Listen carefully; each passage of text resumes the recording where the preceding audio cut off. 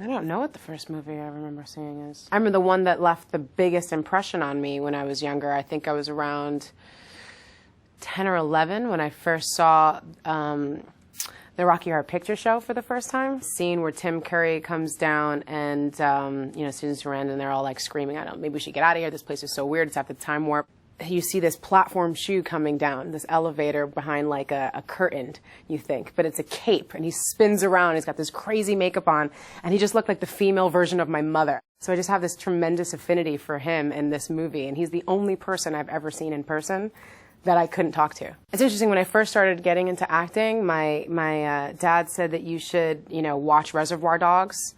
And watching that movie over and over again taught me about acting. The soundtrack in that film was the first album that I had to, you know, I had gone to like the Tower Records, I'd gone to all these different places to get the record, you know, to get the CD, and they didn't have it, so I had to order it. I think it only finally just, you know, graduated back into another fold, and is not in my sort of mix of 5 CDs permanently in my car. You know, probably the hardest part about doing nudity in Alexander was trying to make sure it wasn't just gratuitous. I didn't want to just be the naked girl in the movie. My brother works in a strip club, and he's a DJ.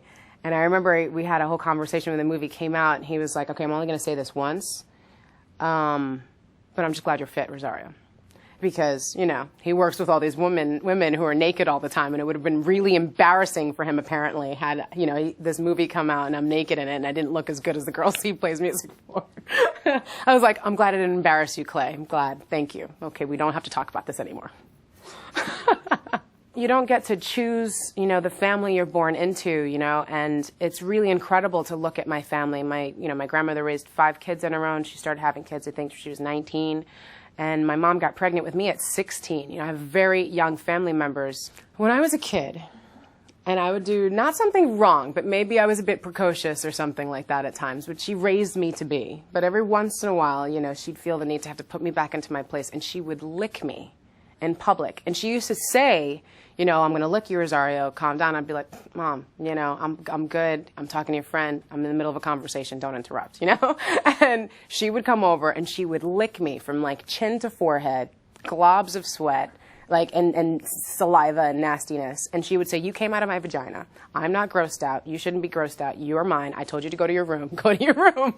And it would just be this like humiliating experience. And it was great. I mean, she wasn't hitting, she wasn't yelling, she wasn't any of those other things, but it definitely puts you in your place, I have to say. Horrifying. I have a whole, my boyfriend gets really mad about it because I have a whole thing about spit. I'm not into spit. I'm totally traumatized with spit. Spittle, not so much.